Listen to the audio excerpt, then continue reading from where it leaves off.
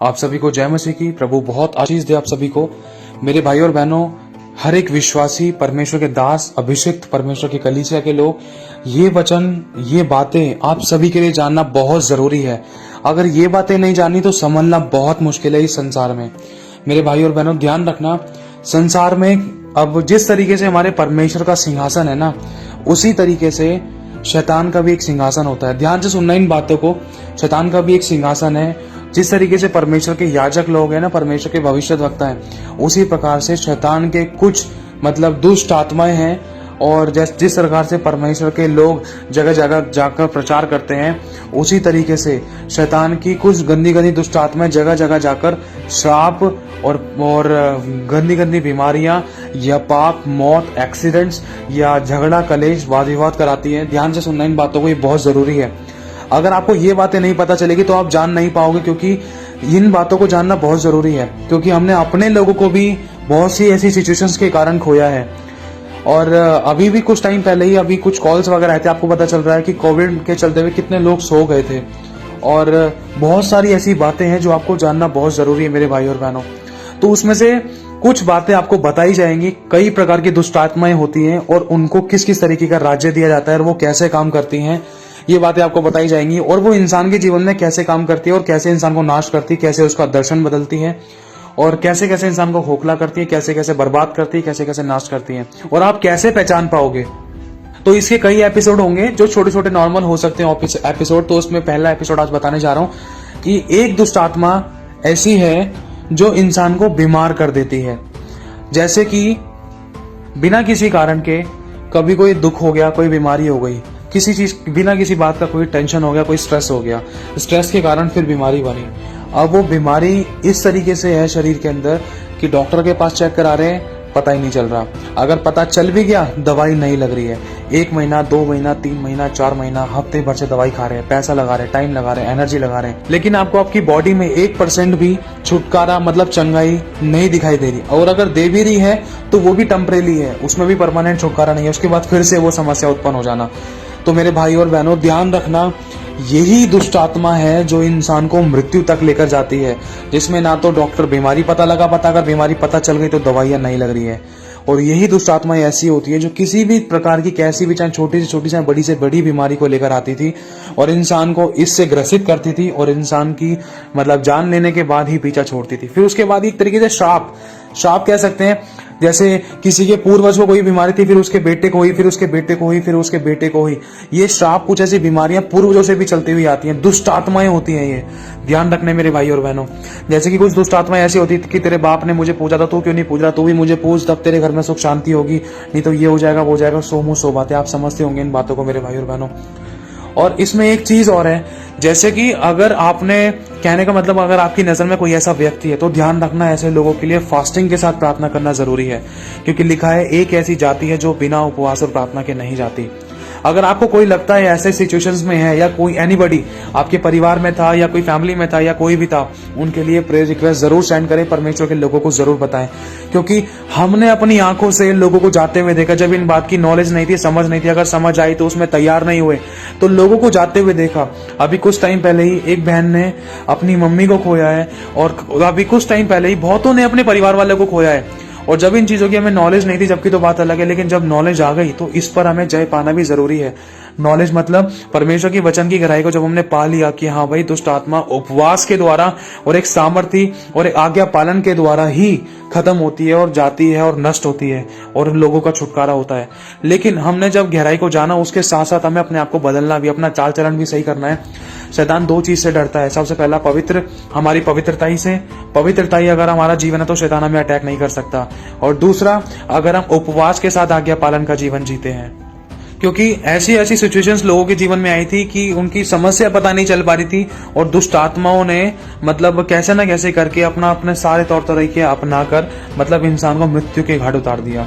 तो इसलिए मेरे भाई और बहनों, ये बातें आप सभी को जानना बहुत जरूरी है। अगर आपको लग रहा है कोई खांसी, कोई जुकाम, ईच एंड एवरीथिंग, व्हाटएवर, कोई सी भी कैसी भी परेशानी थी, क्योंकि छोटी सी समस्या आगे चलकर बड़ी हो सकती थी, इसलिए आपको ये बातें जानना बहुत जरूरी है। और देखो, एक बात और कहना चाहता हूं, जब आपको ऐसा लगा तो बिल्कुल भी डरना, हड़बड़ाना मत। सिर्फ आपको आराधना करनी है, उपवास में आने की कोशिश करनी है और इन बातों के लिए स्ट्रांगली प्रेयर करनी है, फायर प्रेयर करनी है। तो हुआ क्या, एक एग्जाम्पल के तौर पर बताना चाहता हूँ। परमेश्वर के एक दास को परमेश्वर ने दर्शन दिखाया, वो भी आईसीयू के अंदर। परमेश्वर के दास को उस दुष्टात्मा ने आईसीयू तक पहुंचा दिया था। सोचो, दास को दुष्टात्मा ने आईसीयू तक पहुंचा दिया और परमेश्वर के दास के मतलब ट्रीटमेंट चल रहे थे और अचानक परमेश्वर का आत्मा उन परमेश्वर के दास को एक ऐसा दर्शन दिखाया कि उनके परमेश्वर के दास वो आत्मा में आ गए।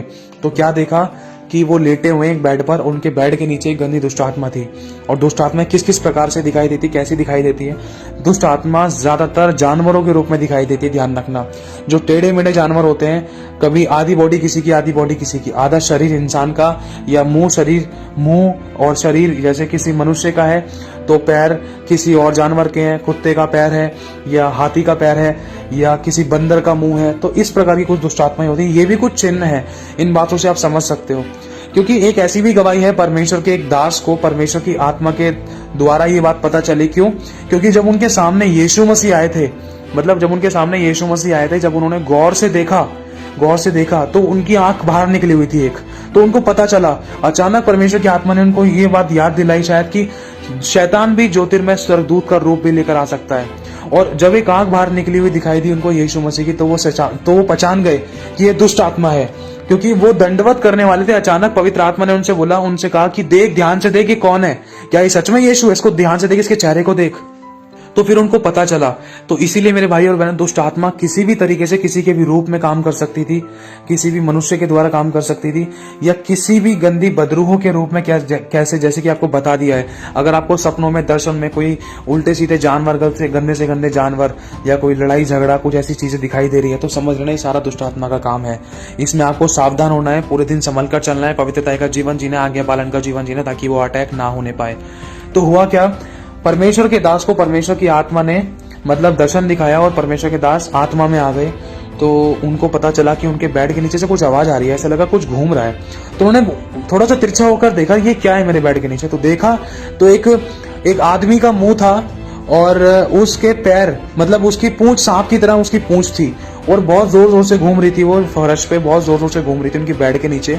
क्योंकि वही दुष्ट आत्मा उस परमेश्वर के दास को उस आईसीयू के अंदर लेकर आई थी और उस दुष्ट आत्मा का एक आखिरी एजेंडा लास्ट यही था कि इसको मार दे, लेकिन वो नहीं मार पाई।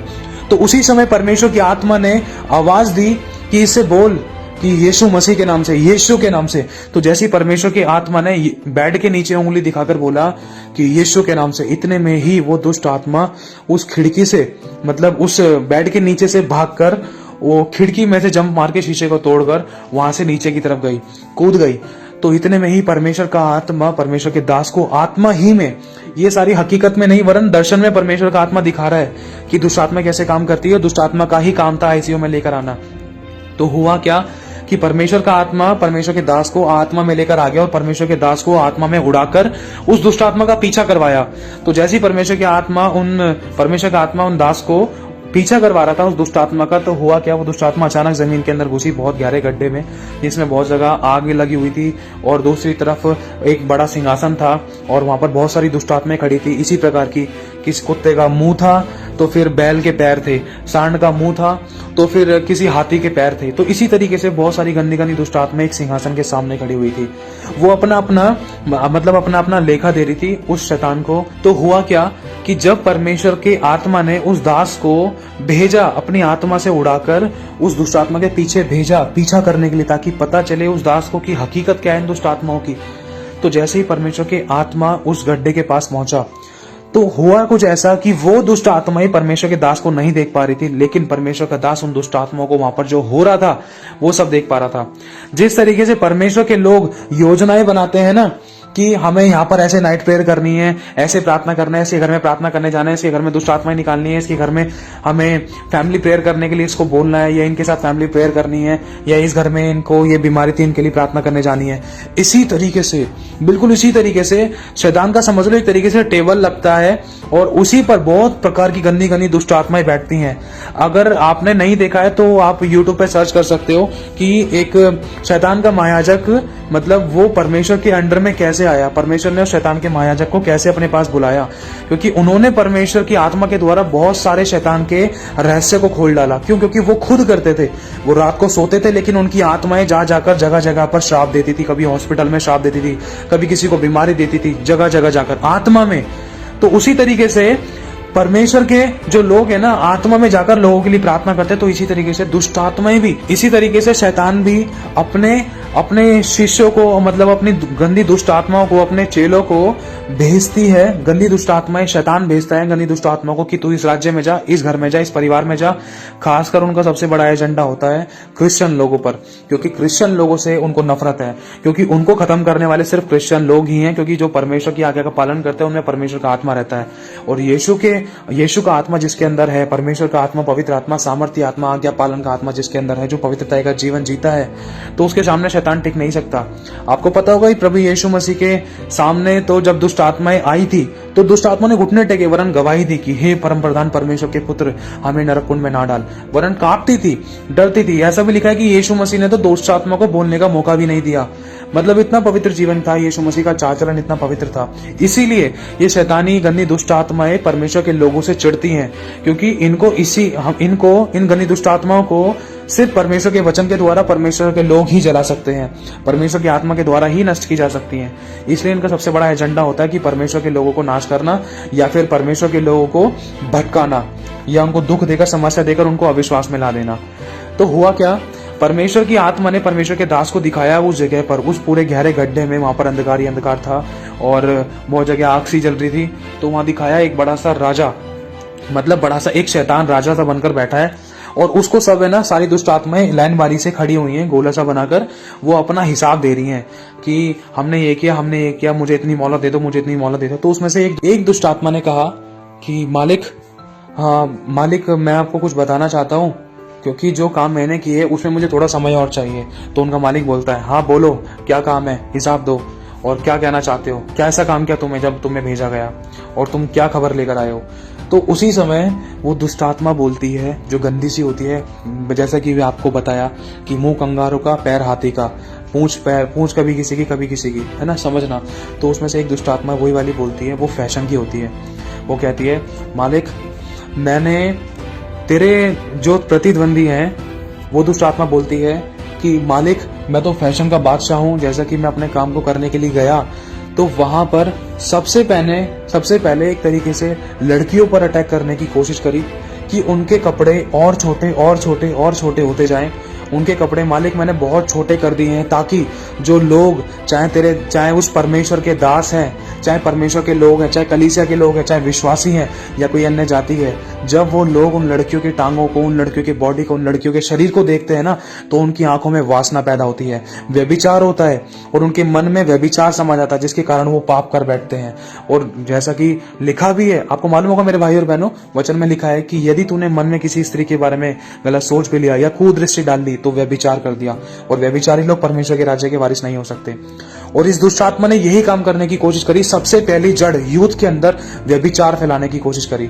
और ये दुष्ट आत्मा बोलती है, मालिक मैंने व्यभिचार फैलाया ताकि ये लोग जो विश्वासी हैं, चाहे दास है, चाहे दासी, चाहे पास्टर है, चाहे आराधक है, चाहे कोई भी है, जब ये आराधना करें तो वो इनकी ओर देख ही ना पाए और ये उसके साथ कनेक्ट हो ही ना पाए, क्योंकि इनके मन को और इनकी आंखों तो मैंने वासना से, व्यभिचार से भर दिया है। और मेरे मालिक एक बात और मैं बताऊं आपको, तो जो अंगरखा इनको इनके परमेश्वर ने पहनाया था ना कि इनका तन ढका रहे, उस अंगरखे को तो बस मैं उतारने ही वाला हूँ। बहुत जगह तो मैं उतार चुका हूँ, लेकिन कई जगह रह रहा है। आपको मालूम होगा मेरे दोस्तों, इन बातों को समझना ये कोई आम नहीं है, ये आत्मिक बातें हैं। आत्मिक व्यक्ति इन बातों को समझ पाएगा, क्योंकि देखो आपको पता होगा हर एक मूवी के अंदर, हर एक एड के अंदर, मतलब 90-80% एड्स अगर आप देखोगे ना, और अगर 99% अगर आप मूवीज देखोगे, उनके बैनर्स देखना, जब तक कोई लड़की नहीं होती ना उसमें, जब तक वो बैनर ज्यादा चलता नहीं है। मोस्टली ज्यादातर लड़की दिखाई देगी, और अगर जहां पर लड़की की जरूरत नहीं होती ना, जिस एड के अंदर, उसमें भी लड़की को घुसेड़ देते हैं छोटे कपड़े पहनाकर। क्यों? क्योंकि शैतान जानता है इस ऐड को इसीलिए देखा जाएगा क्योंकि इसके अंदर छोटे कपड़े न्यूडी ड्रेस पहनकर लड़की खड़ी है और लड़की के कारण ही ऐड चलती है और लड़की के कारण ही मूवी चलती है। आपको पता होगा छोटे छोटे बच्चे जब मोबाइल चलाते हैं, जब कोई एप्लीकेशन डाउनलोड करते हैं, एप्लीकेशन देखते हैं, तो जब एप्लीकेशन चलते चलते बीच में स्टॉप हो जाती है या वट किसी भी रीजन से, तो अचानक उसमें गंदी गंदी फोटोज आती हैं, एड्स आती हैं कि इसके द्वारा ये हुआ, इसके द्वारा ये हुआ, ऐसे करो वैसे करो, इस पे क्लिक करो, और देखने के लिए इस पे क्लिक करो। सो बात है, आपने देखा होगा भाई, आप इन चीजों से अनजान नहीं हो मेरे दोस्तों, समझना इन बातों को, क्योंकि आपने ये चीज भी देखी होगी कि मूवी पर, वीडियोस में अब ये सब चीजें ना एक तरीके से आम हो चुकी हैं। क्यों आम? इसीलिए है क्योंकि शैतान का सबसे बड़ा तीर यही है और यही बहुत बड़ा कारण था उस सदम और अमोरा को नाश होने का। और आज बच्चों पर ये सारी मुसीबतें क्यों आई थी? क्योंकि यूथ इन चीजों के अंदर बहुत अद्भुत तरीके से घुसा पड़ा था और शैतान अपनी पूरी ताकत लगा रहा है व्यभिचार में इंसान को डालने के लिए। मैं किसी बहनों पर, भाइयों पर दोष नहीं लगा रहा, लेकिन मैं शैतान की चालों को, शैतान के कामों को बता रहा हूँ। जो लोग परमेश्वर के वचन से भरे हुए नहीं हैं, जो आत्मा की अगुवाई में नहीं चल रहे हैं, उनको शैतान इस्तेमाल कर रहा है कि दूसरों के लिए लिखा है हाय उस पर जिसके कारण ठोकर लगती है। बहुतों को तो ठोकर का, आंसू का, पाप का, मृत्यु का कारण बनाने की कोशिश में है शैतान। आपको पता होगा कि आज इंसान अगर किसी, जैसे उदाहरण के तौर पर अगर मेरे पास किसी लड़की का मैसेज आ जाए ना, अगर मैं अनमैरिड हूं और मैं विश्वास नहीं करता, तो मेरे पास किसी का मैसेज आ जाए तो सबसे पहले मैं उसकी प्रोफाइल चेक करूंगा, उसकी शक्ल देखूंगा, लड़की कौन है, इसकी एज क्या है, इसका कोई रिलेशनशिप में है या नहीं है। मैं सच बता रहा हूं मेरे भाई और बहनों, बातों को समझना, ये आत्मिक बातें हैं और कुछ आपके लाइफ के एक्सपीरियंसेस भी हैं जो आपने खुद अनुभव भी लिए हैं। और आपको इतना भी मालूम होगा, जो बूढ़ा बुजुर्ग, अगर कोई अच्छा, कोई छोटा सा बच्चा भी हो या कोई बूढ़ा बुजुर्ग हो, अगर वो भी अगर छोटी न्यूडी ड्रेसेस, एक बिल्कुल नगन वस्त्र में अगर किसी लड़की को देख रहा है, जैसे छोटे छोटे कपड़े पहन रखे हैं और एक तरफ कोई साड़ी वाली या बहुत अच्छे सूट पहनकर खड़ी हुई है, तो 90% उस लड़के की, उस बच्चे की और उस बुजुर्ग की नजर उस पूरे तन ढके हुए लड़की पर नहीं जाएगी जिसने अच्छे कपड़े पहन रखे, वरन उस पर जाएगी जिसकी टांगे दिख रही है, जिसकी बॉडी दिख रही है, जिसके अंग दिख रहे हैं, या जिसने चिपके कपड़े पहन रखे हैं। मैं किसी पर दोष नहीं लगा रहा, क्योंकि शैतान की सबसे बड़ी चाल यही है, यही दुष्ट आत्मा इसी तरीके से काम करती है, इंसान के मन में वासना लेकर आती है। फिर आज क्यों पति पत्नी के झगड़े रगड़े होते हैं? क्यों पति पत्नी आपस में शादी होने के बाद भी दूसरी जगह मुंह क्यों मारते हैं? क्या अपने पास पत्नी नहीं है? क्या हमारे पास पत्नी है या दूसरी लड़कियां, दोनों में क्या डिफरेंस है? सबके पास, सबको परमेश्वर ने सेम अंग दिए हैं। और लड़कों को भी क्या, जैसे अगर लड़कियों का भी तो सोच सकते हैं इन बातों को, लड़कों की तरफ से भी सोचकर देखो। कहने का मतलब, जैसे अगर कोई लड़कियां मैरिड ऑलरेडी शादीशुदा है, तो उनके पति के पास भी तो वही सेम अंग है। ये बातें मेरे भाई और बहनों इसलिए खोलकर बता रहा हूं ताकि आप इन बातों को समझो। लेकिन अपने पति और पत्नी अच्छा रिश्ता होने के बाद भी एक पत्नी बाहर मुंह मारती है, बाहर लड़कों को ताड़ती है, दूसरों के साथ रिलेशन बनाती है और दूसरों को, अपने पति को पता भी नहीं चलने देती। और यही पति करता है, अपनी पत्नी घर के अंदर बैठी हुई अपनी पत्नी के साथ रिलेशन ना बनाकर, पत्नी के साथ अच्छा रिश्ता ना बनाकर, पवित्र रिश्ता ना बनाकर, वरन व्यभिचार करता है, दूसरों की पत्नी की तरफ ताक झांक करता है, दूसरी लड़कियों को देखता है, दूसरों को पटाने की कोशिश करता है। और यही व्यभिचार है जिसके कारण कोर्ट केस, तलाक और डिवोर्सेस होते हैं, जिसके कारण अच्छे भले परिवार टूट जाते हैं। अगर आप कोर्ट में एक बार जाकर भी देखोगे ना कि कितने सारे 90 से अबव, मैक्सिमम 90 से ज्यादा ही शायद, इतने सारे आपको कोर्ट केस उसके मिल सकते हैं, डिवोर्सेस के, घर परिवार में लड़का लड़की के झगड़ों के, लड़ाई के, या किसी को भगा के ले जाने के, या लड़की भागकर चली गई, या किसी लड़के ने किसी लड़की के लिए जान ले लिया, जान दे दी। सो बात है, इन्हीं चीजों के आपको सबसे ज्यादा कोर्ट केसेस मिल सकते थे मेरे भाई और बहनों। क्योंकि हमारे पास बहुत से ऐसे कॉल्स आए हैं जिसमें बहनें बता रही हैं कि भाई मेरे पति के जीवन में ये समस्या है, और भाई बता रहे मेरे पति के जीवन में ये समस्या है। मैं खुलकर नहीं कहना चाहूंगा क्योंकि हम सबके जीवन में एक लाइफ है, हम सबके जीवन में कुछ ना कुछ ऐसी बातें हैं जो हम किसी के सामने, क्योंकि हम सबका जीवन है और हमें किसी के अपराधों को उछालना नहीं है, क्योंकि हम ही सबसे बड़े पापी हैं। हम ही सबसे बड़े पापी, जब पौलुस ने कह दिया कि मैं तो इस संसार का सबसे बड़ा पापी हूं, तो हम कहां स्टैंड करते हैं? जब पौलुस, जो व्यवस्था का पालन करने वाला व्यक्ति कह रहा है, जो बिल्कुल पवित्र जीवन जीता था, जब वो कह रहा है कि मैं सबसे बड़ा पापी हूं, तो हम कहां पर स्टैंड करते हैं? क्या हमसे रोज चलते फिरते, उठते बैठते, खाते पीते, सोच विचारों से पाप नहीं होते? क्या हम उल्टी सीधी चीजें गौर से नहीं देखते? और आप इन चीजों को जानते हो मेरे भाई और बहनों, आपने जब भी कोई एप्लीकेशंस यूज करते हो, वीडियोस देखते हो, तो उसमें कैसे कैसे एड्स आते हैं। और यही शैतान की चाल है। उन एड्स के अंदर ज्यादातर छोटे छोटे बच्चे मिलेंगे, कुछ गाली गलौज करते हुए, उटपटांग हरकतें करते हुए, उल्टी सीधी चुटकुले बोलते हुए, या तो फिर कुछ ऐसी एड्स मिलेंगी जिसके अंदर लड़कियों के ड्रेसिंग सेंस बहुत छोटा है, और इसी के द्वारा लड़का कामातुर करते हैं और लड़के के अंदर व्यभिचार की स्पिरिट काम करती है। आपको पता होगा कि स्कूलों तक के अंदर लड़कियों को प्रेग्नेंट कर दिया था। ये बातें आपको खोल के इसलिए बता रहा हूं मेरे भाइयों की व्यभिचार की हद पार हो चुकी है। हमें इस बात में सावधान रहना है और आत्मा में मजबूत रहना है। ये एक ऐसी दुष्ट आत्मा, अभी तो सिर्फ आपको एक ही दुष्ट आत्मा के बारे में बताया है। और आपको पता होगा कि एक लड़के जात ने अपनी बहन को नहीं छोड़ा, अपनी माँ को नहीं छोड़ा, पड़ोसन को नहीं छोड़ा, अगल बगल के लोगों को नहीं छोड़ा, अपनी पत्नी की तो चलो बात अलग है, वो तो पवित्र रिश्ता परमेश्वर ने ठहराया है कि अपनी पत्नी के साथ रिश्ता बनाना है, वरन दूसरी की तरफ तो झांकना भी नहीं है। और इसके अलावा आपको पता होगा कि एक मनुष्य ने जानवर तक के साथ भी रिलेशन बनाए हैं। तो मेरे भाई और बहनों, और होमोसेक्सुअल का तो कई जगह रूल भी पास हो गया था कि लड़का लड़के के साथ, लड़की लड़की के साथ। इसे ही पुरुषगामी परस्त्रीगामी कहते हैं। और ये बहुत बड़ा व्यभिचार है परमेश्वर की दृष्टि में। यही व्यभिचार जिसमें पुरुष पुरुष के साथ कर रहा है, स्त्री स्त्री के साथ कर रही है, या कोई भी नाजायज संबंध बना रहा है। और अगर कोई मनुष्य है, अगर किसी जीव जंतु के साथ कर रहा है, तो ये भी बहुत बड़ा व्यभिचार है। और कई सारे व्यभिचार मतलब उसमें भी पाए गए थे सदोम और अमोरा में। वहां तो स्वर्गदूतों तक को भी नहीं छोड़ा था। वहां पर जब परमेश्वर के स्वर्गदूत एक घर के अंदर आए थे, तो उस समय वहां के लोग, बूढ़े बुजुर्ग, सब उन स्वर्गदूतों के साथ संभोग करना चाहते थे। और यहाँ तक कि वो परमेश्वर का बेटा कह रहा था, परमेश्वर का दास कह रहा था कि तुम उन स्वर्गदूतों को छोड़ दो, वरन मेरी कुंवारी बेटियां हैं, अगर तुम्हें करना है ना तो उनके साथ रिश्ता बना लो। उन्होंने कभी आज तक किसी पुरुष का मुंह तक नहीं देखा है। तो वो लोग कह रहे नहीं, हमें उन स्वर्गदूतों की साथ करना है। और तू न्याय क्या बन रहा है, अब हम तुझे भी नहीं छोड़ेंगे। मतलब पुरुष पुरुष को कह रहा है हम तुझे भी नहीं छोड़ेंगे। तो सोचो, इसी पाप के कारण परमेश्वर ने आग और गंधक के गोले गिराकर उस जगह को नाश किया था। क्यों? क्योंकि लिखा है, परमेश्वर ने मौका दिया था। परमेश्वर ने अब्राहम से कहा था, अगर इस देश में 50, 40, 30, 20, 10 भी धर्मी होंगे ना, तो मैं इस देश को बचा लूंगा। परमेश्वर ने मौका दिया था, पर लेकिन वहां पर अब्राहम और अब्राहम के परिवार के सिवा कोई नहीं मिला था। और नीनवे शहर के लोगों ने जब तक पश्चाताप नहीं किया था, जब तक उन पर दया नहीं हुई थी, परमेश्वर नाश करने पड़ता उनको 40 दिन के अंदर। तो मेरे भाई और बहनों, ये ऐसी दुष्ट आत्माएं हैं। मैं किसी पर दोष नहीं लगाना चाहता, बुराई नहीं करना चाहता। परमेश्वर ने हमें ये सारी बातें पहले ही सिखला दी है, समझा दी हैं कि शैतान किस तरीके से व्यभिचार को लेकर काम करता है। ये फैशन की दुष्ट आत्मा है। और जब वो फैशन की दुष्ट आत्मा ये सारी बातें बताती है अपने मालिक को, मतलब वो शैतान राजा को बताती है, तो और ये भी कहती है, मालिक बस मुझे थोड़ा सा समय और दे दो, अभी जो हल्के फुल्के जो उनके कपड़े पहने हैं ना, मैं इनको भी उतरवाने वाला हूँ। फिर इसके बाद मतलब पूरे संसार में ना, मतलब ये चीज एक तरीके से आम हो जाएगी। फिर भोग विलास, फिर व्यभिचार और बढ़ेगा। चाहे कोई छोटी सी बच्ची हो, चाहे कोई बहुत बूढ़ी औरत हो, चाहे कोई बहुत बूढ़ा आदमी हो, हत्याएं होंगी, किडनैप्स होंगे, और उसके बाद रेप। मतलब बहुत सारी शैतान ने इतनी योजनाएं बनाने की कोशिश करी है, सिर्फ जड़ पकड़ी है। और पता है, ये दुष्ट आत्मा ये भी कहती है, मालिक थोड़ा सा समय और दे दो, जो थोड़े बहुत इनके तन पर वस्त्र है ना, वो भी उतरवा दूंगा। और आपको मालूम होगा कई कई जगह पर तो मतलब ये चीज एक तरीके से आम सी हो चुकी थी। और आज इंसान कहता है कि हम अपने कपड़े क्यों बदले, इंसान अपनी मेंटेलिटी बदले। शुरुआत मन से होती है, और मन में कहां से आता है? आंखों से देखने के कारण। इंसान इन्हीं बातों को समझता नहीं है। इंसान कहता है कि अरे भाई अपनी मेंटेलिटी बदलो। अरे मेंटेलिटी कैसे बदलेंगे? जब आंखों के सामने गलत चीज होते हुए दिखाई दे रही है, जब कॉन्सेंट्रेट उस पर जा रहा है, तो मेंटेलिटी कैसे बदल सकते हैं? जो आंखों से देखा है वो मन के अंदर आता है, और मन में असाध्य रोग लगाए, और जो मन के भंडार में होता है वही मुंह से निकलता है, उसी को इंसान शरीर रूपी में कर बैठता है, प्रैक्टिकल कर बैठता है। जब भी तो ये रेप होते हैं। और इंसान आज कहता है, अगर किसी को ये बात बोली जाती है तो यही कहते हैं कि अपनी मेंटालिटी बदलो। इसके साथ साथ है ना, जो नंगे वस्त्र पहनते हैं, जो मतलब बिल्कुल छोटे छोटे वस्त्र पहनते हैं, उनके साथ साथ अच्छे भले लोग भी पीछे जाते थे। क्यों?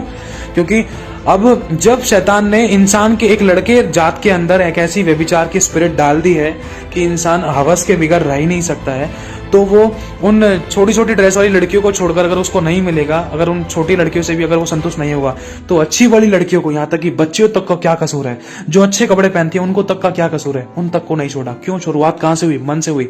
मन में कहां से आया? विचारों से, आंखों से देखने के कारण। अश्लील वीडियोस, फोटोज, अश्लील ड्रेसिंग सेंस, अश्लीलपन देखकर आया, लड़कियों को ड्रेसिंग सेंस देखकर आया। क्योंकि ये सारी शैतान की चालें हैं। इसमें कोई लड़का लड़की बुरा नहीं है। वचन में लिखा है, हमारी लड़ाई शैतान की अंधकार की ताकतों से, हमारी लड़ाई किसी मांस और लहू से नहीं है। और लेकिन जो परमेश्वर के वचन को नहीं जानता है, जो आत्मा से भरा हुआ नहीं है, वो शैतान के चंगुल में फंस जाते थे और पाप करते थे। पाप में मजा आता था, और वचन को अपने तरीके से तोड़ मरोड़ कर लेना कि हाँ भाई सब कर रहे हैं, वो भी तो पहनते, उनको बोलो ना, उनकी करनी उनके साथ है। लेकिन जो वचन जानता है ना, वो प्रभु का भय रखेगा, हर बात में सेंसिटिव रहेगा कि जाने प्रभु मेरी किसी बात से, मेरे काम से, मेरे पैर में उठने चलने फिरने से कोई ठोकर ना खाए। हम गाते हैं ना कि मेरा चलना तुझे भाता रहे, मेरा उठना बैठना तुझे भाता रहे। हम मुंह से तो उसका आदर करते हैं, लेकिन हमारा मन उससे दूर है। तो मेरे भाई और बहनों, ये एक ऐसी दुष्ट आत्मा थी जो फैशन की थी, जो इंसान को बहुत बड़े बड़े फैशन तो कराती है, लेकिन उससे ज्यादा उससे ज्यादा पाप में डाल देती है और पाप का कारण बना देती है, जिसके कारण बहुतों की मृत्यु, बहुतों के साथ व्यभिचार, बहुतों के साथ किडनैपिंग, बहुतों के साथ गलत बिहेव, चाहे बच्ची हो, चाहे बड़ी हो, चाहे बूढ़ा हो, चाहे बुजुर्ग हो। आपने कई सारी वीडियोस और बहुत सारी ऐसी वीडियोस देखी होंगी यूट्यूब पर कि किसने किसके साथ रेप कर डाला, किसने किसके साथ रिलेशन बना डाला, है ना। तो सबसे बड़ा कारण इसका व्यभिचार ही है। और वचन कहता है कि शोभा तो झूठी, सुंदरता व्यर्थ है, लेकिन जो स्त्री यहोवा का भय मानती है उसकी प्रशंसा की जाएगी। और ये भी लिखा है, अपने आप को इन सोने चांदी गहनों से ना सजाकर वरन अपने आप को आत्मिक रूप से सजाओ। अगर मैं ऊपर से पूरी तरीके से अपने आप को सजा लूं, एज एन एग्जाम्पल, अगर कोई लड़की अपने आप को पूरी तरीके से ऊपर से सजा रही है लेकिन मन के अंदर कुड़कुड़ाहट है, कड़वाहट है, तो कोई फायदा नहीं है। प्रभु कहता है हमारा चाल चलन पवित्र होने पाए। और एक तरफ ये भी लिखा है कि जो स्त्री, ये लिखा है नीति वचन 11:22 में, कि जो स्त्री विवेक नहीं रखती है, जो सुंदर स्त्री विवेक नहीं रखती है, वह थूथन में सोने की नथ पहने हुए सूअर के समान है। ध्यान रखना मेरे भाई और बहनों, आज अगर हम किसी भी प्रकार के ड्रेसिंग सेंस पहनते हैं तो हमें ये देखना है कि आज हमारे जीवन से, हमारे पैरने ओढ़ने से किसी की गलत नजर तो नहीं लग रही है हमारे ऊपर, कहीं हम किसी के व्यभिचार का कारण तो नहीं बन रहे हैं, कहीं हम अपने विश्वासी भाई बहन के लिए ही तो व्यभिचार का, पाप का और आंसू का, ठोकर का कारण तो नहीं बन रहे हैं। क्योंकि लिखा है मत्ती 13:41 में, मनुष्य का पुत्र अपने स्वर्गदूतों को भेजेगा और वे उसके राज्य में से सब ठोकर के कारणों को और कुकर्म करने वालों को इकट्ठा करेंगे और उन्हें आग के कुंड में डालेंगे जहां रोना और दांतों का पीसना होगा। उस समय धर्मी अपने पिता के राज्य में सूर्य के समान चमकेंगे, जिसके कान हो वह सुन ले। तो मेरे भाई और बहनों, हमें अपने आप को, अपने चल चरित्र को, अपने चलने फिरने उठने बैठने वाले जीवन को, हमारी लाइफ के हर एक पार्ट को, हमारी लाइफ के हर एक हिस्से को, हमारे विचार को जांचना है कि क्या हम कहीं कोई गलत प्रकाशन तो नहीं लेकर बैठे, कहीं हम दूसरे को देखकर अपनी चाल तो नहीं बिगाड़ बैठे, कहीं दूसरे के देख देख कर हमने अपना रवैया तो नहीं खराब कर लिया, कहीं हम दूसरों को देखकर हम कुछ गलत कॉपी पेस्ट तो नहीं कर रहे अपने जीवन के अंदर। जाने जाने में कभी किसी के भी ठोकर का, पाप का आंसू कारण मत बनना, क्योंकि हमारी बहुतों से ऐसी बात भी हुई है कि वो भी तो पहनते हैं चर्च में, ये पहनकर आराधना कर सकते हैं ना, वो पहनकर आराधना कर सकते हैं ना। जिनको नहीं पता है उनकी बात अलग है, लेकिन जो इन गहराई को जान चुके हैं उनको तो संभलना है, उनको संभलना है। जिनको परमेश्वर के प्रकाशन अच्छे से नहीं है, या जिनको ये बातें नहीं बताई गई, सिखाई गई, उनकी बात अलग है, लेकिन जो जानबूझकर ऐसी गलती कर रहे हैं, वो ध्यान रखना किसी की पकड़ में है। मेरे भाई और बहनों, ध्यान रखना ये छोटी बात नहीं है, क्योंकि पुराने समय में परमेश्वर ने हमें अपना अंगरखा दिया था हमारे अंग को ढकने के लिए, कि हम व्यभिचार, पाप का, ठोकर का कारण ना बने। और जब इंसान ने उतार दिया उस अंगरखे को, तो परमेश्वर ने सदोम और अमोरा के समय में ही अपना काम दिखा दिया था।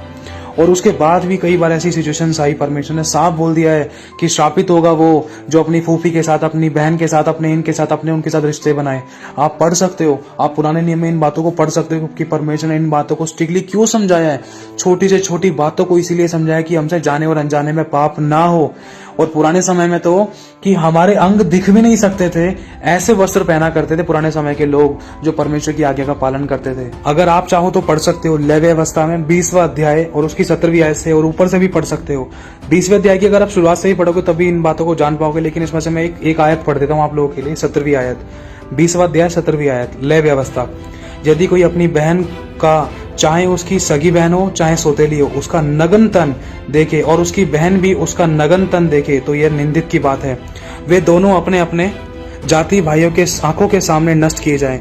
मतलब हमारा परमेश्वर किस पवित्रता की डिमांड रखता है।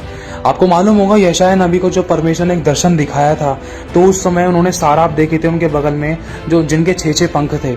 उन्होंने 2 पंख से अपनी आंखों को ढक रखा था, 2 पंख से अपनी पैरों को ढक रखा था, और 2 पंख से वो उड़ रहे थे, और वो सिर्फ यही कह रहे थे कि पवित्र पवित्र पवित्र, सेनाओं का यहोवा पवित्र, जो था, जो है और जो आने वाला है। वो पवित्र पवित्र पवित्र पवित्र ही कह रहे थे, और परमेश्वर की महिमा भी वहां पर पवित्र पवित्र करके ही मोस्टली की जाती है। तो अब सोच कर देखो, उसका वचन कहता, जब तू मेरे भवन में आए तो सावधानी से चलना। सावधानी हटी तो दुर्घटना घटी। देखना, जाने और अनजाने में हम किसी के ठोकर का कारण तो नहीं बन रहे। अगर कोई कैसी भी ड्रेसेस पहन रहा है, हमें किसी के चाल चलन को नहीं देखना है, चाहे कोई सी भी कंट्री का, चाहे कोई सा भी व्यक्ति, चाहे किसी भी कलीसिया का है। हमें अपने आप को देखना है, हमें अपने आप को देखना है और वचन से जांचना है, क्योंकि यही तो फैशन वाली गंदी दुष्ट आत्माएं हैं जो इंसान को व्यभिचार में, पाप में डालती है। अगर हम वचन से नहीं जांचेंगे इन चीजों को, वचन से अपने आप को परखेंगे नहीं, तो हम नहीं जान पाएंगे कि सही क्या है, क्या रूल्स और रेगुलेशंस हैं, और किन चीजों से हमें बचना है या नहीं बचना है। जब तक हमें वचन नहीं पता चलेगा तो हमें इन दुष्ट आत्माओं का भी पता नहीं चलेगा ध्यान रखना, क्योंकि वचन ही इन बातों की गहराइयों में हमें लेके चलता है कि क्या चीज हमारे लिए सही है, क्या हमारे लिए आज्ञा दी गई है, क्या हमें करना है, क्या नहीं करना है, कैसे आराधना करनी है, कैसे प्रार्थना करनी है, कैसे उपस्थिति में आना है, कैसे घर परिवारों में, गली मोहल्लों में, देश विदेश में हमें कैसे रहना है। A to Z बाइबल के अंदर बता रखा है, सब कुछ बाइबल के अंदर बता रखा है। लेकिन जब तक बाइबल का पूरी तरीके से आप लोग ज्ञान नहीं रखोगे तो इन बातों को जानोगे कैसे? आपको तो सिर्फ यही लगेगा फिर ये तो फैशन है, दूसरी जगह में भी हुआ है, ऐसे भी हुआ है, वैसे भी हुआ है। परमेश्वर ने मनुष्य को, आदम और हवा को एक पति पत्नी करके बनाया और अपने रूप और स्वरूप में रचा। सोच कर देखो, क्या परमेश्वर कभी किसी के पाप का ठोकर का आंसू कारण बनवाएगा? जब आदम और हवा से पाप हो, जब वो नंगे थे, तो उस समय परमेश्वर ने उनको एक अंगरखा भी दिया, इसलिए नहीं कि वो वापस नंगे हो जाएं। अंगरखा इसलिए दिया ताकि इनके शरीर के द्वारा कोई पाप ना करे, क्योंकि परमेश्वर जानता था, क्योंकि भोग विलास, शैतान का काम भोग विलास भी है और व्यभिचार भी है। और जब जब शैतान ने इंसान के कपड़े उतरवाए हैं ना, तो उस समय पर इंसान के जीवन में पाप हुआ है। तो वही चीज सोच कर देखो मेरे भाई और बहनों, ये व्यभिचार की स्पिरिट इस फैशन वाली आत्मा के द्वारा होती है, ध्यान रखना। और इसी आत्मा के द्वारा व्यभिचार कर बैठते, चाहे कोई बच्चा हो चाहे कोई बड़ा हो। इसमें ना कोई इंसान उबर देखता, ना अपना शरीर देखता, ना अपना परिवार देखता, ना फैमिली देखता, ना रिलेशन देखता, ना खून का रिश्ता देखता। सिर्फ व्यभिचार ही दिखाई देता है, कुछ पल की हवस दिखाई देती है, जो पाप कहलाता है परमेश्वर की दृष्टि में। और खुदावन इन बातों से बहुत नफरत करता है। और अगर पाप हो जाएगा तो फिर परमेश्वर के साथ कोई कनेक्ट हो नहीं पाएगा। इसीलिए ये दुष्ट आत्मा कहती है कि मालिक मुझे बस थोड़े टाइम की और मोहलत दे दो। जो थोड़े बहुत कपड़े हैं ना इन लड़कियों की तन पर, जो बिल्कुल थोड़े थोड़े करके फटे हैं, हल्के हल्के, जो इनके तन दिखते हैं, बदन दिखते हैं, इनकी बॉडियां दिखती हैं, अब देखो थोड़े टाइम बाद है ना ये भी नहीं दिखाई देंगे, इनको बिल्कुल उतरवा दूंगा। और जो ये लोग है ना, ये लोग इनको देख कर, इनकी वासनाओं में गलत फोटोज वीडियोज देख कर, ऐसे चुटकुले सुनकर, गलत और गंदे इन चीजों को देख कर अपनी खुली आंखों से इतने वासना से, व्यभिचार से, पाप से भर जाएंगे कि वो तेरे साथ जुड़ ही नहीं पाएंगे। और जब वो पाप करेंगे तो उनको मदद भी नहीं मिल पाएगी, और फिर उनके जीवन में बीमारियां, समस्या, परेशानियां, क्योंकि लिखा है आज्ञा ना मानने वालों के जीवन में शैतान काम करता है। और आज्ञा क्या है वो अभी आपको बता दिया है। आज्ञाएं जो आपको बताई है उस चैप्टर को आप पढ़ सकते हो। मेरे भाई और बहनों, आज्ञाओं को समझना। परमेश्वर चाहकर भी हमें नहीं बचा सकता अगर हम उसके वचन के अनुसार नहीं चल रहे तो। परमेश्वर को बिल्कुल भी विवश मत करो और शैतान की चालों से अनजान मत रहो। परमेश्वर की योजना को समझो। तो ये एक फैशन की दुष्ट आत्मा थी जो किस तरीके से काम करती थी, और कितने सारे एप्लीकेशंस, इंसान कुत्ते का मुंह, बिल्ली का मुंह बनाकर फोटो ले रहे हैं, कोई अपनी बॉडी दिखा रहा है, कोई डायलॉग्स मार रहा है, कोई टिकटॉक यूज कर रहा है, कोई कुछ यूज कर रहा है, कोई कुछ यूज कर रहा है। इंसान को इन चीजों के अंदर मजा आ रहा है। ये पाप है, जब भी तो इंसान को मजा आ रहा है। सदोम और अमोरा के समय भी इंसान को मजा आ रहा था, लेकिन जब उनके ऊपर वो समस्या आई थी ना, दंड आया था, तो वो तो बस वही जानते हैं और खुदा जानता है। आज इतने सारे अनुभव जो बाइबल के अंदर लिखे हुए हैं हमारे लिए इसीलिए लिखे हैं ताकि हम उनकी तरह चाल चलन ना जिए, उनकी तरह ना कर रहे, और ना ही उनकी तरह अनाज्ञाकारिता रहे। हमें उनको देखकर सीखना है ताकि उनकी तरह हम ठोकर ना खाएं। इसलिए इतने सारे अनुभव हैं। मेरे भाई और बहनों, ध्यान रखना, परमेश्वर को बिल्कुल भी विवश मत करना। वो अपने वचन से बंधा हुआ है। पाप के कारण वो अपना मुंह फेर लेता है। ध्यान रखना, वो पापी से प्रेम करता है लेकिन पाप से नफरत करता है। और शैतान यही चाहता है कि हमारे जीवन में पाप रहे या गलत और गंदी अभिलाषाएं रहे, जिसके कारण ना तो परमेश्वर हमारी सुन पाए, ना ही परमेश्वर की आशीष हमारे जीवन में आए, ना ही उसकी दया हमारे जीवन में आए। यही शैतान की सबसे बड़ी चाल है। और एक उदाहरण के तौर पर आपको बताना चाहता हूं कि जब दाऊद ने एक स्त्री को नहाते हुए देखा था तो दाऊद से व्यभिचार हुआ था। उसने सिर्फ देखा ही था, उसके मन में उसके लिए एक योजना बनी। दाऊद ने एक योजना बनाई, जैसे कि अभी आपको बताया था, शुरुआत देखने से होती है, फिर वो देखने के कारण फिर वो मन के अंदर विचार आते हैं। अगर इंसान ने देखा भी नहीं ना, तो अगर इंसान के मन में एक हल्की सी छवि भी बन गई तो वो ही प्रैक्टिकल हो निकलता है। ध्यान रखना, क्योंकि मन में असाध्य रोग लगाए। मन पर किसका नियंत्रण है? मन पर सिर्फ पवित्र आत्मा नियंत्रण कर सकता है, और मन पर हमारा नियंत्रण नहीं हो सकता, क्योंकि लिखा है मन में तो असाध्य रोग लगाए। और जैसा मन में सोचते हैं वैसे हम हैं। अब सोचो हम कितने बड़े व्यभिचारी हैं। हमने क्या व्यभिचार नहीं किया?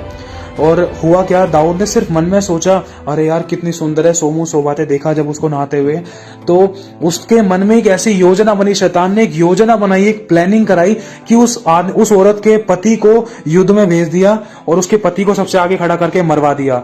और बाद में लोगों को पता भी नहीं चला। एक ऐसी योजना बनाई, दाऊद ने कहा कि चलो उसकी पत्नी से मैं ब्याह कर लेता हूँ, अब उसकी पत्नी के नाम धराई मिटा देता हूँ। उसका पत्नी तो क्योंकि युद्ध में मारा गया, चल आजा तू मेरे साथ शादी कर ले, अब तू मेरे साथ हो जा।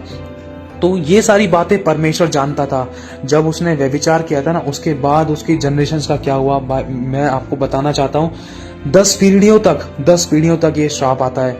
ध्यान रखना, अगर बाप ने व्यभिचार किया तो बेटा भी करेगा, बेटे ने किया तो उसका बेटा भी करेगा, व्यभिचार घर में जरूर होगा। लेकिन अगर जिस दिन ये व्यभिचार का आत्मा श्राप टूट गया, जिस दिन आप लोग पश्चाताप में आकर बुराई से बैर करते हो, क्योंकि लिखा है कि जो अपने अपराध छिपा रखता है उसका काम सफल नहीं होता, वरन जो उनको मान लेता है वो छोड़ भी देता है, उस पर दया की जाएगी। व्यभिचार के कारण दाऊद के कई बेटे नाश हो गए थे, कई बेटे नाश हो गए थे दाऊद के। और जिसके साथ व्यभिचार किया था, जिसको अपनी पत्नी बना लिया था दाऊद ने, बाद में उसका पहला बेटा हुआ था, पहला बेटा ही मर गया था। ध्यान रखना, क्योंकि श्राप आ गया था उसके जीवन में। और व्यभिचार के कारण दाऊद की खुद की पत्नी के साथ व्यभिचार किया गया दिन दहाड़े, क्योंकि व्यभिचार का फल व्यभिचार है। जब दूसरे के साथ जो एक उंगली इंसान दूसरे पर उठाता है तो 3 उंगली अपनी तरफ है और अंगूठा नीचे लोक की तरफ दिखाता है। ध्यान रखना, तो जैसा बोया वैसा काटने वाली बात है। परमेश्वर का वचन सबके लिए एक सा है। दाऊद ने व्यभिचार किया, उसको उसका फल भुगतना पड़ा था। ध्यान रखना, इसलिए मेरे भाई और बहनों, ये फैशन की गंदी दुष्ट आत्मा से आप बच कर रहो। और परमेश्वर हमारा सच्चा न्यायी है, चाहे दास हो, चाहे दासी हो, चाहे कोई भी हो। जब यीशु मसीह को परमेश्वर ने क्रूस पर छोड़ दिया था, लिखा है कि यीशु मसीह ने पूरे जगत के जब पाप अपने ऊपर ले लिए थे ना, जैसे यीशु मसीह के ऊपर पूरे जगत के पाप आए थे, और उसी समय यीशु ने एक बात बोली थी, एक कलमा बोला था, एक शब्द बोला था कि हे मेरे परमेश्वर, तूने मुझे क्यों छोड़ दिया। क्योंकि लिखा है पुराने नियम में, व्यवस्था में लिखा है, वचन कहता है, भविष्यद्वक्ताओं की वाणी है कि परमेश्वर ने हमारे पापों ही के कारण हमसे अपना मुंह छिपा रखा है, और इसी कारण वो हमारी सुनता नहीं है। तो अपने आप को इस फैशन वाली, इस व्यभिचार की गंदी दुष्ट आत्मा से बचाकर रखो, क्योंकि उसने तो सिर्फ अभी यहाँ पर बोला ही है। अभी तो सिर्फ इतना काम हुआ है, आगे चलकर क्या होगा वो तो खुदा ही जानता है। लेकिन जो अपने आप को पवित्र करके रखेगा, विश्वास योग्य और धीरज धरकर रखेगा, अपने वस्त्रों को मैले होने से बचाएगा, तो लिखा है उसी को ही जीवन के वृक्ष के पास जाने का मौका मिलेगा। वो ही परमेश्वर के राज्य में प्रवेश कर पाएगा। मेरे भाई और बहनों, अपने आप को पवित्र करके रखना। किसी दूसरे बहन बेटी भाई बंधु को देखकर, चाहे वो कलीसिया का है, चाहे वो कहीं का भी है, चाहे किसी एनीबॉडी किसी भी प्लेस का है, उसको देखकर अपनी चाल मत बिगाड़ना, क्योंकि आपको परखने वाला परमेश्वर है। हमारा परखने वाला परमेश्वर है, हमारा न्याय करने वाला परमेश्वर है।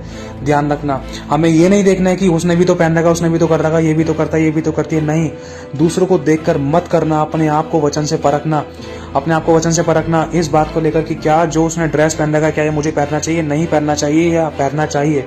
अपने परमेश्वर के वचन से इन बातों को परखना कि क्या मेरे लिए चाहिए, क्या नहीं। दूसरों को देखकर दूसरों की सी चाल मत चलना, दूसरों के चक्कर में अपने प्राण को मत फंसा देना। ध्यान रखना, क्योंकि उनका लेखा उनके साथ है, उनकी करनी उनके साथ है। खुदावन सबका न्याय करता है। तो मेरे भाई और बहनों, बुराई से, पाप से, व्यभिचार से, इन चीजों से बचकर रहना। और शैतान सबसे पहले मनुष्य को, मतलब यूथ को व्यभिचार में, पाप में डालना चाहता है। सबसे बड़ी एक शैतान की चाल और योजना है कि व्यभिचार में डाले। क्योंकि लॉकडाउन के चलते हुए आजकल इंसान क्या देख रहा है, क्या सुन रहा है, फालतू का टाइम वेस्टिंग ही है। ये सारी चीजें टाइम वेस्टिंग ही है, पाप ही है। अगर आप किसी अन्य जाति से मिलोगे ना, अगर उसके हाथ में फोन है, अगर आप उससे पूछोगे तो सुबह से लेकर शाम तक करता क्या है, तो वो यही बताएगा, फेसबुक चलाना, यूट्यूब चलाना और व्हाट्सअप यूज करना और इंस्टाग्राम चलाना। और जो तूने अब तक चलाया है उसका तुझे अब तक क्या प्रतिफल मिला? कुछ नहीं मिला, वरन पाप और कर बैठा। व्यभिचार पाप का ठोकर का कारण बन गया। इन बातों को आप ही समझ पाओगे मेरे भाई और बहनों। और फिर से आखिरी बार कहता हूं, किसी दूसरे को देखकर अपनी चाल मत बिगाड़ना, दूसरे को देखकर अपना रहन सहन मत बदलना, वरन हर बात को प्रभु के वचन से परखना कि प्रभु तू क्या कहता है, तेरे को मेरा चाल चलन भारा या नहीं भारा। क्योंकि कोई दूसरा मुझे रिवॉर्ड नहीं देगा, कोई दूसरा व्यक्ति, कोई भाई बहन मेरे आंसू को नहीं पहुंचेगा, कोई भाई बहन मुझे स्वर्ग नहीं लेके जाएगा, वरन तू लेकर जाएगा। क्या तेरी दृष्टि में पवित्र, निर्दोष और सुरक्षित हूं या नहीं? प्रभु क्या तुझे मेरा जीवन भारा या नहीं? एक बार बैठकर पूछना। तो प्रभु आप सभी को आशीष दे और आप सभी को जय मसीह की।